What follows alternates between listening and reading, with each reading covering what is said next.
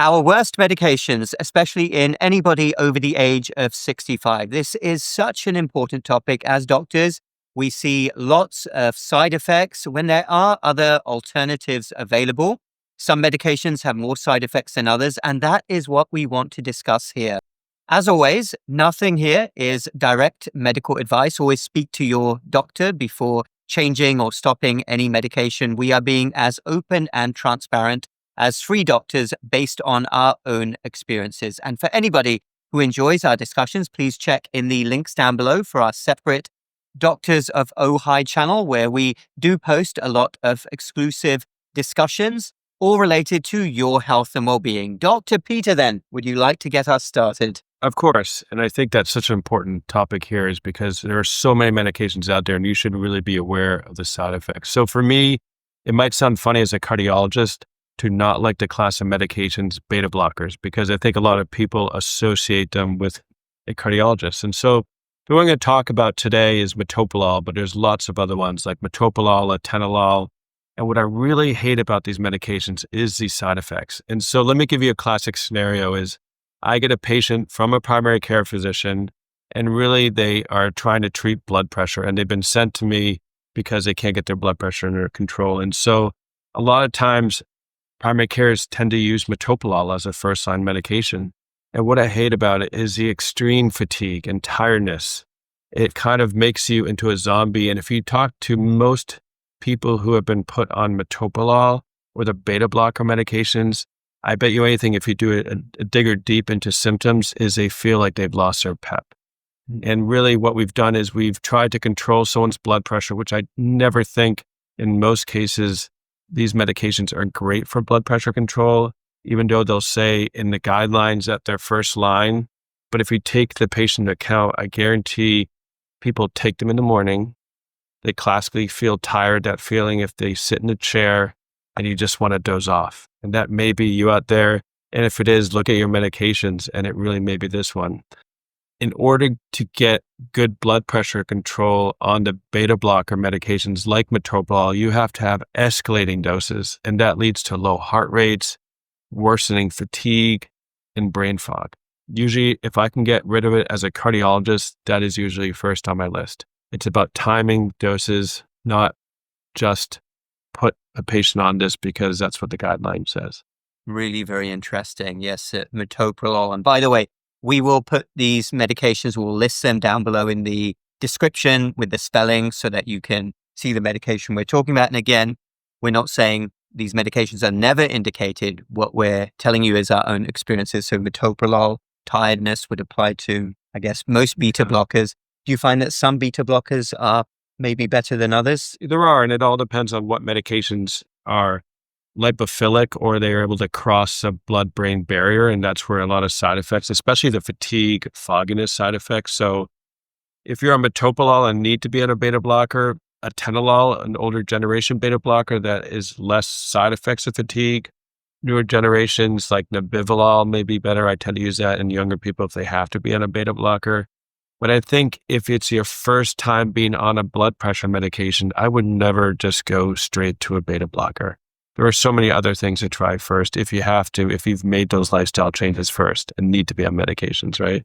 Sure. Well, thank you for that perspective there. Very interesting. And I've seen the same thing with Metoprolol, and I especially worry at the higher dose. I mean, usually if we're talking about 12.5 milligrams or 25 milligrams, small dose, often reasonably well tolerated. But when it starts getting higher, I've seen the 50 milligrams, 100 milligrams, 200 milligrams, and people, especially people over the age of 65 will often have that extreme tiredness. And we as well want to be very open here that we are discussing these medications as if we had a loved one who was over the age of 65. We would be very concerned if any of our relatives were on these pills. We'd be watching carefully. Dr. Ben, primary care, would you like to go next?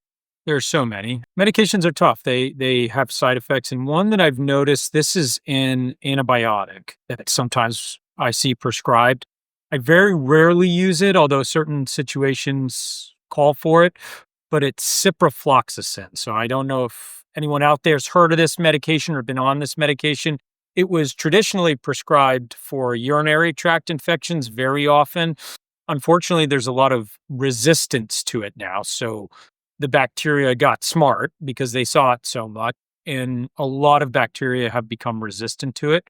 It does still have its uses in certain situations, but it's a pretty tough drug.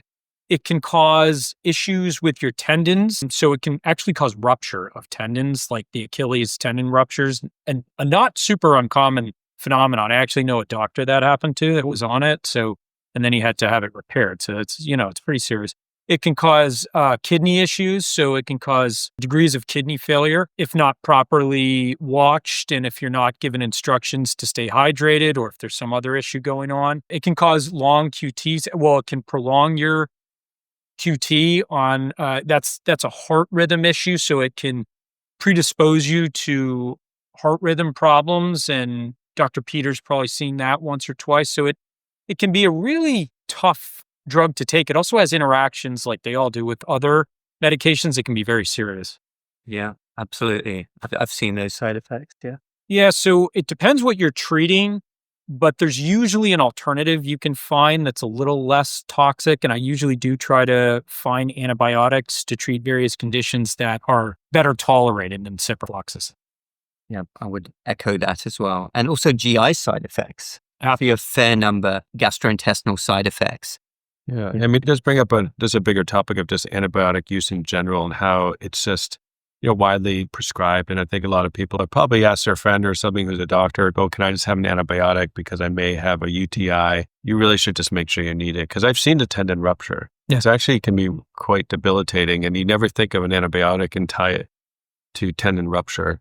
And the QT interval, let me just highlight a little bit. It's interaction of the medication with the electrical system of the heart, especially if you're on other medications for atrial fibrillation. It can sometimes prolong an interval of your heart that will predispose you to quite bad and sometimes fatal rhythms. So it's always important really to cross-check all your medications, but also things like Cipro and other antibiotics with just other medications. So yeah, absolutely. Ciprofloxacin, and I most commonly see it prescribed for urinary tract infections.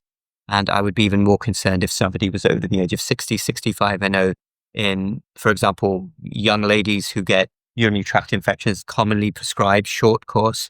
Of course, that's different from prescribing it in somebody over the age of 65, so where you would be more concerned. I will go next then. No surprises for anybody who has watched my content recently. Hydrochlorothiazide, HCTZ. I would never want any loved one of mine on this medication over the age of 65 especially.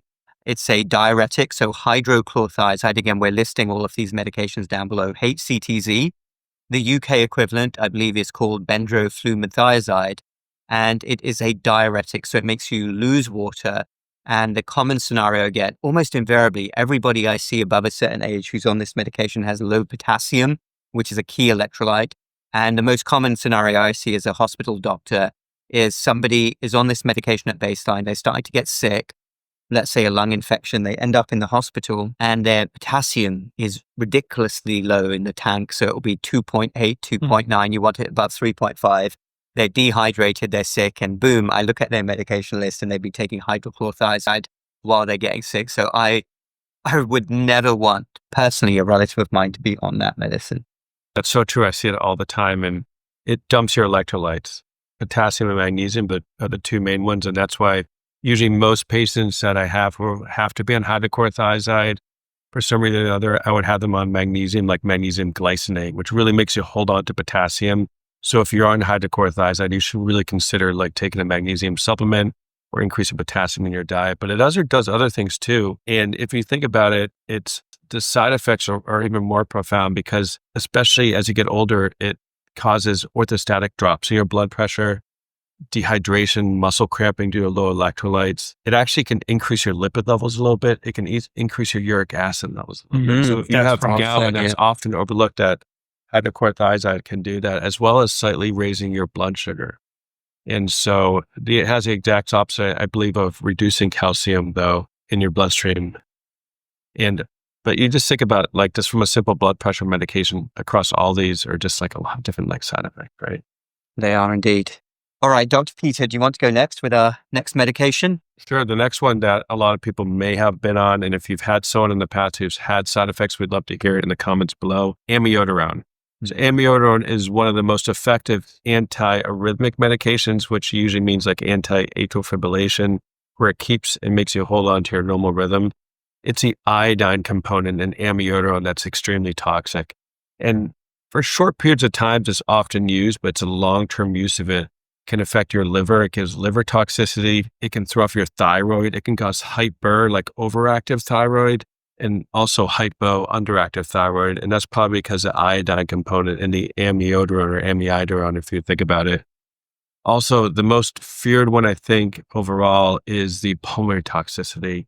So you can get two things. One is inflammation in the lungs, or the worst case scenario is pulmonary fibrosis. So that's scarring or progressive sort of honeycombing, stiffening of the lungs. So if you picture your lungs as a sponge, it's suddenly they become stiff. And unfortunately, if you reach some of these later stages of this, it's not reversible. And so again, it's just one of those things where like you may see it as primary cares and you may see it in the hospital, but I can tell you that if you are on that medication, it needs to be monitored. Don't let anyone ever start it and not monitor it, meaning having a chest x-ray at least once a year, having your thyroid function tests, having your pulmonary function tests, as well as your LFTs or liver function tests. Okay, everyone, I'm going to interrupt that awesome discussion for a moment to tell you about our expanding natural health and well-being store. We are very proud of our expanding store. We have natural immune inflammation support, bone support, memory support, heart support, sleep support, and our newly released premium organic lion's mane and organic chai mix. We've got some great reviews so far. Check in the links down below. ohiwellness.com if you're in the USA, North America, ohiwellness.co if you're in the UK, Europe. Also keep an eye out for our upcoming food and beverage products, including protein-thin snacks. All right, back to the discussion. Yeah. Oh, I couldn't agree more. I've actually seen the side effects of this, the late stages of it quite a bit. If somebody's thyroid is off, I immediately check to see if they're on amiodarone. And if they are, we often have to figure that out and adjust that. The pulmonary fibrosis can be quite severe. I mean, that can be absolutely devastating. So that is absolutely Life-changing. Yeah. And this is a medication that has a fair amount of side effects, I would say. From the list we've just said, that is the one that my ears prick up immediately if they're on amiodarone, because there's a lot you got to be watching for. And randomly enough, and this is no joke, bluish discoloration of the ears or the nose, and I've seen it before. So I know that would bother me. Bluish, yeah. Unless what's that Smurf. movie where everybody's, Smurfs. Yes. There was that other, was it Avatar? Ah, Everyone yes. was blue in They that were- too. Yeah, they were blue as well. Every doctor will have a story to tell about disasters we've seen with amiodarone. And it's actually not commonly prescribed now, but yeah, it's a very strong anti-arrhythmic drug. So when people have like atrial fibrillation, for example, which is very difficult to manage, we'll often see amiodarone prescribed. Okay, Dr. Ben, want to go next? The next one I would choose is Gabapentin.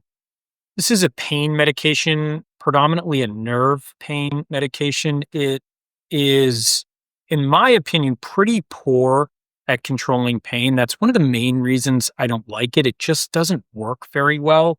Is also an anti-seizure medication, but it's very rarely used for that. It's more for nerve pain that people typically prescribe it, such as a condition called peripheral neuropathy, which is identified by tingling or burning in your feet, usually sometimes your fingers, and people will put you on ever escalating doses of gabapentin. Now, the side effects are pretty intense. They can make you feel kind of drunk. They can make you feel off balance. And if you're an older person that suffers from imbalance, the odds of you having a bad fall while on this medication, especially at night, can really increase. We do try to prescribe it at night if we're giving it, because if it's going to make you tired and it's going to make you run down, at very least, they try to give it at night. But that's almost the worst time to take it in a lot of ways, especially if you're getting up to pee, something like that. It can make you dizzy. It can make you fall. So not my favorite. It's a medication that comes with a lot of problems. I completely agree. Music to my ears in, well, not such a good way, but I have talked about this before as well. Gabapentin, also known as Neurontin, prescribed for nerve pain. My issue is that these, as you rightly alluded to, Dr. Ben, escalating doses. So it can start low at like say for 100 milligrams once, usually twice or 3 times a day. And then it escalates. And I see frequently people come into hospital and they're on whopping doses, like 900 milligrams 3 times a day. And because they're sick, we've had to stop this because it's obviously making them drowsy.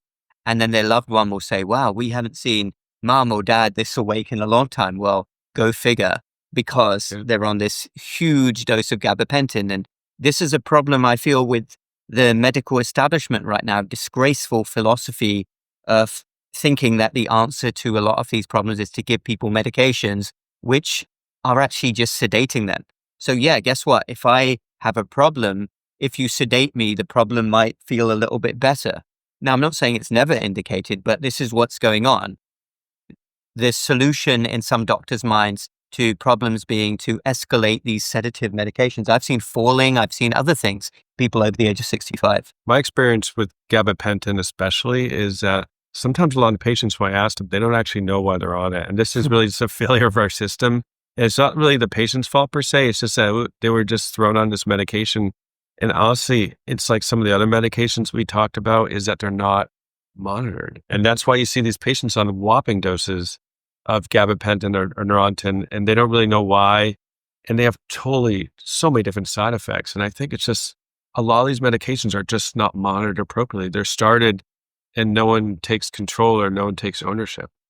Very, very bad indeed. They're not all amazing primary care doctors like yourself, Dr. Ben, out there. These medications end up a life sentence. I will go next with high-dose anti-inflammatories, NSAIDs. This is a category of medications, non-steroidal anti-inflammatory drugs, and they will range from ibuprofen, which you can get over the counter, to prescription drugs, diclofenac, for example, high-dose naproxen. So my issue is this: if you're giving it at a low dose, tiny dose, somebody takes ibuprofen every so often, it's one thing. But my problem, especially in somebody over the age of 65, is they will be treated for arthritis. Go figure, usually the actual root cause is never addressed. Arthritis, is there something else going on? Are people significantly overweight, putting weight on their joints, which is a lot of the time, not all of the time, but a lot of the time. But anyway, people will be on these massive doses of anti-inflammatories, and then they wind up, we will see somebody in the emergency room who's been tired, short of breath, and we'll test their hemoglobin and it will be like 4 or 5. So very, very low. They'll be anemic. They've lost blood. And then they'll come into hospital. We will do an endoscopy, look into the stomach and find a stomach ulcer. See this all the time. And the ulcer has been bleeding. And then we look into their history and they've been on this very high dose anti-inflammatory medication, which has done this. Other problems as well, kidney impairment from being on these medications for a long time. There can be interactions with other medications, easy bruising, things like that. But the one I'm most concerned about is the bleeding. You know what I see the most actually from this medication? People that are on high-dose NSAIDs, high-dose ibuprofen, and something they don't tell you about, it causes high blood pressure. So NSAIDs at high doses will cause high blood pressure, cause your blood pressure to go up. Now that's very important because if you're going to your primary care doctor and they don't notice that you've been taking high doses of this, you might get thrown on a bunch of blood pressure medications and then the cycle begins. So you were put on a medication for inflammation, then you're put on a medication for your blood pressure, and then there are other, so that's how it all begins. So this can be maybe a gateway medication. You could look at it like that. You get stuck on this and then you get stuck on everything else. NSAIDs are, especially ibuprofen, Aleve, they can be very dangerous. And the gastrointestinal bleeding, the ulcer risk is actually pretty high. And what's crazy is a lot of these things are over the counter. And, you know, I'm not saying that they necessarily shouldn't be, but they are not just a very safe medication that can be administered without monitoring. Certainly not. It's so true that the blood pressure side effect is quite real. And so how it does that is actually when you're taking Advil, which is, or like ibuprofen, Motrin, Aleve, it temporarily causes some constriction or spasming of your kidney artery that goes to your kidney. So the kidney is detecting reduced blood flow, and then it tricks the kidney into thinking that your blood pressure is low. So it sends signals to the brain to keep raising your blood pressure. And that's really the fundamental process of what's happening here. And I see it all the time, people on these high doses and stomach ulceration, bleeding, people who have blood thinners too, and taking Advil or ibuprofen. Yeah, really bad. Exactly. And the inflammation, of course, is a pandemic, if I can put it that way. So many people have inflammation often for other reasons when you look at the root cause, like insulin resistance. And there's other things that work for many people if they have slight inflammation or slight pain. I speak to so many people all the time who experiment with different things. Sometimes people use an ice pack. Sometimes people will drink herbal tea. I personally take turmeric, curcumin. I find that really helps me. If I've got a mild headache or I've gone intensely with a workout and my joints are hurting a bit, that works for me. And there is, of course, scientific basis behind that as well. There are many other compounds in nature which may not have any randomized control trials, but they will work for mild symptoms depending on the individual. But also there are some people who will take a low dose ibuprofen and that helps them because it is a direct anti-inflammatory effect. Yeah. All right. So let's go next up then, Dr. Peter.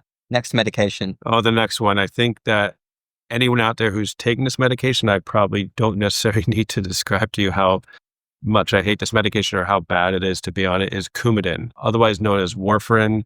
So it was initially, as people probably know, it developed a long time ago as rat poison. Yep. A company called the Wisconsin Alumni Research Foundation kind of reformulated. That's how I got the word Warfarin.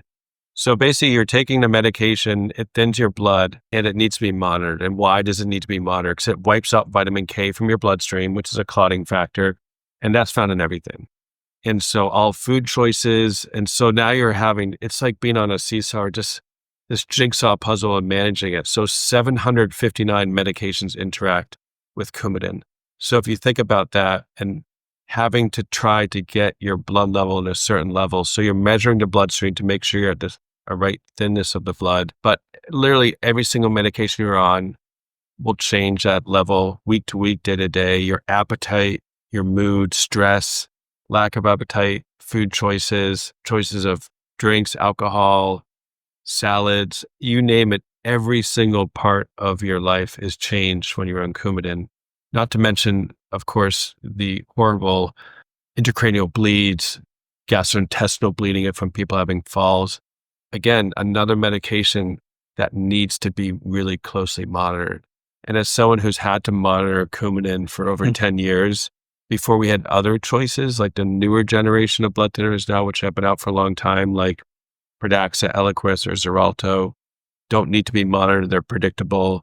And really, these are used for blood clots, like pulmonary embolism, blood clots in your lungs, blood clots in your legs. But in my world, mostly atrial fibrillation. The only time that the newer generations ones we can't use are people who have mechanical artificial valves of the heart. But that is probably one of the worst medications I've ever had to deal with, and hopefully never have to deal with it in my career. Yeah. I remember when I was teaching residents and interns, this is right at the beginning of when I became an attending doctor. I was in an academic hospital and warfarin was still widely prescribed. In fact, throughout my training, God, make me feel so old. But the newer generation medications like apixaban, Eliquis, rivaroxaban, Xarelto are relatively new. And I remember telling my interns and residents we spent so much time managing warfarin in the hospital. By the way, it is prescribed often or was prescribed for legitimate reasons, like if somebody has a big blood clot or they have a mechanical valve, atrial fibrillation. I mean, there are reasons why people were on this med. And there was no other choice. So actually, the medication, you did not have a choice. It was the only really oral blood thinner available for decades, actually. Exactly. And I remember telling my interns and residents that one day we will laugh at ourselves for going with warfarin and all of the headaches with prescribing it, because we'll have new meds that don't require this constant blood monitoring of the INR blood test. Many of you may be familiar with that test. Maybe you've had loved ones who need these constant blood tests, but yeah, we don't anymore. But I agree, it was a horrible medication. But it was. I'm sure lots of people have experienced it out there. Yeah. And comment below and let us know. I mean, it's really it's a medication's decades of people being on it. Exactly. Interesting. It was first developed as a rat poison and then given to humans. A lot of medications, going off onto a tangent for a moment. Dr. Ben, Dr. Peter know I have a habit of this. Hopefully you don't mind me going off into a tangent. But a lot of the medications which have been around forever probably wouldn't get through clinical trials now. Warfarin being one. I bet if they actually did Tylenol, paracetamol, they would probably not pass that because they would find issues, or even ibuprofen, because bringing new drugs to the market is that much more difficult now. I still think a lot Mhm. of bad ones slip through, but nevertheless, a lot of the meds which have been used forever, warfarin being the classic example, would never pass Oh, now. absolutely Yeah, not. No way. wouldn't happen. All right, Dr. Bear, want to go next? This next one is also a diuretic like hydrochlorothiazide. It causes you to lose water, and it's called aldactone or spironolactone. You may have heard of it. You may be on it. It has its uses. The most common time we see it in the primary care world is with liver failure. You can see if you're really building up fluid from liver failure, sometimes we put you on this medication to try to get that fluid out. Man, does this one have a lot of side effects, though. It is a pretty powerful diuretic, so you can lose a lot of fluid. It's called a potassium sparing diuretic. Now, that's good if you're losing a lot of potassium. That's bad if you're not monitoring because it can make your potassium pretty high. And if you've got other problems, if it's interacting with other medications, if you have other conditions, you can really start running into trouble. This is a medication that is really classically kind of goes unmonitored a lot of the time, and you can pretty easily run into trouble with this one. This is one of those you'll see in the hospital where somebody will get sick, they'll get some kind of infection, they're on spironolactone as well as maybe another diuretic, and they come in very dehydrated, their kidneys are injured. That's a very common phenomenon. So it's one that I find pretty tough. If you have to be on it, there are certain indications for it. At least make sure you're monitored carefully, but it's one I try to avoid if possible. Yeah, I think the hard indications for that, and I agree it's a really difficult medications, is people with heart failure, especially advanced heart failure, does play a role. The only time I really use it in blood pressure is people with resistant high blood pressure or what's called hyperaldosteronism, which is a rarer form. It's when people are on like 5 medications, you can't get your blood pressure down. There are certain indications for this, but one of the awful side effects that I don't know if you guys ever come across is breast tenderness. Yes. And so I've seen people who've been on it, and male and female. So males, it can cause gynecomastia or enlargement of breast tissue, which, guys can be quite bothersome, well as tender breasts. And so that is just a quirky side effect of sort of the hormonal changes that happen with this medication. So if you feel like you're putting your shirt on, you're on a medication, you feel like the breasts are tender, look at your medications. I mean, if you're on aldactone, there is a chance that these are quirky side effects of medications. I've seen a lot of men with that Yeah. particular complaint as well. Okay, my turn next then. So the medication that I want to talk about is flexeril, also known as Cyclobenzaprine, most commonly prescribed as a muscle relaxant. And again, I would say the side effect of this is lethargy, tiredness. So I see people who have muscle spasms, and the doctor will rush to a prescription of flexeril without, again, doing the proper analysis. Why is this person having muscle spasms? What's wrong? Is there inflammation? Is there insulin resistance? Are they deficient in electrolytes like magnesium, for instance, which I know, Dr. Peter, you are a big fan of, but magnesium deficiency is everywhere these days for a variety of different reasons. And often people with muscle spasms and cramps simply respond to magnesium. They might respond to other things, or potassium is another one. They may respond to some local procedures, sometimes even something as simple as massage, heat therapy, a sauna. But yes, flexeril, I've seen a lot of problems with lethargy. In fact, I've dealt with a few hospital admissions over the years where it's been clear that somebody was prescribed this medication and then they've got drowsy, they've fallen or had another issue because of it. So true. It's just putting a Band-Aid on something, not really coming up with the root cause. And I think that's what a lot of the trouble with what we see these days is that things are disinvestigated. Treating flexeril for someone who has like low magnesium is just totally absurd, but it happens. All the time. It does. All right, Dr. Peter, you've got our last medication for this talk. This one bothers me so much because I see every single patient who comes out of the hospital on it or who've been on it for years and who don't know why they're on it and don't necessarily have heartburn and don't know who actually started it is Omeprazole. And if you look in your medicine cabinet or if you've been in the hospital sometime over the past year, I'm sure at some point you were given this medication or you were prescribed it, and it has its place for short term. And that's the key here, short term, say a few weeks in people who have heartburn. But what I don't like about it is that it can drastically drop magnesium levels. I've seen huge drops in magnesium level, which can cause arrhythmias, muscle cramping, like you talked about, Sunil, and just a whole load of other things that you wouldn't even expect from really an over-the-counter medication. That's bone loss as well. If you are on this medication for more than a few weeks, you should always be asking your primary care if they prescribed it, do you need to be on it? It's often started in the hospital. They feel like maybe it reduces ulceration of your stomach or gastritis when your body's under stress. But remember, they prescribe it and then it just continues and people on it for years. And I think that's what bothers me the most about this medication. It's the unmonitored, like no one monitors it. Everyone just starts it and no one checks it. And they just assume it's over the counter. But if you think about it, it has bone loss side effects, arrhythmia side effects, and the low magnesium is incredible, actually. Yeah, you must see that all the time. The classic scenario, this used to be part of a bundle. I think it still is in the intensive care unit. So if you're very ill and get stuck in the intensive care unit, you will automatically be put on a PPI or proton pump inhibitor, of which Omeprazole is one, and it just follows you. So you get better, you get on the general medical floors, and then you get discharged home, and that just follows you, and it never really gets stopped. So you're right. It's that lack of monitoring. It's that lack of reconsidering. Hey, do you still need this? Why are you taking this? How did this start? And once you start going down the path, and it's been long enough, people don't even know anymore. They don't even investigate. Where did this get started? Does this person still need that? So that's where you can be your own advocate and say, why am I on this? As you should with every medication. You should make sure you know why. And if there's not a clear answer, maybe you don't need it. So it's worth the discussion. Yeah, very well said. Okay, well, we hope that was helpful. Interestingly, we have covered here mainly generic medications which have been around for a long time. We will make another one about the more modern medications, no names mentioned, Paxlovid, which are very questionable indeed as well. But these are the ones which have been around for a long time. Many people have been on or have family members who have been on and had side effects. And of course, I will finish with what I started with. It's always a discussion between you and your trusted doctor.